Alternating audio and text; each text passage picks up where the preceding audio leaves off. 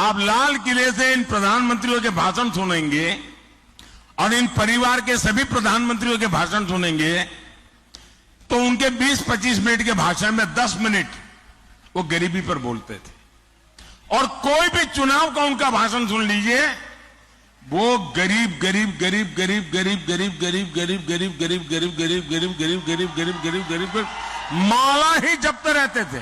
दूसरी लड़ाई हमें लड़नी है और वो लड़ाई है असली लड़ाई, हिंदुस्तान की गरीबी से लड़ाई, हिंदुस्तान की बेकारी से लड़ाई। आर्थिक निर्भरता के मानी है कि गरीबी देश से हटे, जो पिछड़े हुए इलाके हैं वो पिछड़ेपन से ऊपर उठें। हमको ये देखना है कि जो संपन्न है, जो दूसरे से ज्यादा अच्छी हालत में है, उनकी मांगें पूरी करने से कहीं जो गरीब हैं, जो दबे हुए लोग हैं, कमजोर हैं किसी कारण, उनकी मांगें पीछे न हट जाएं। जितने हमारे वायदे हैं, जितने काम हम करने जा रहे हैं, ये बेकार हो जाते हैं अगर हम भारत की गरीबी नहीं हटा सकते।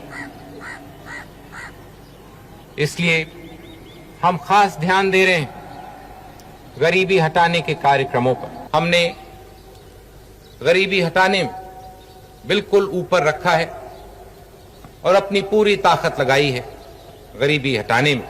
मुझे विश्वास है कि यदि हम इस गति को बनाए रखेंगे तो आने वाले 5-10 सालों में पूरे भारत से गरीबी, भूखमरी, जहालत और बीमारियों को मिटा सकेंगे। आपका जो नारा है आधी रोटी खाएंगे वाला, उसको मैं बदलना चाहता हूं।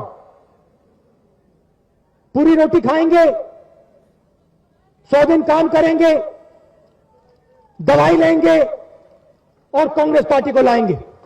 हम तब तक चैन से नहीं बैठेंगे जब तक गरीबी का ये अभिशाप हमारी धरती से पूरी तरह समाप्त नहीं हो जाता। तो हमारा काम, कांग्रेस पार्टी का काम हिंदुस्तान की रक्षा करने का है, हिंदुस्तान के गरीब लोगों की रक्षा करने का, कमजोर लोगों की रक्षा करने का। एक झटके से हिंदुस्तान से हम गरीबी को मिटा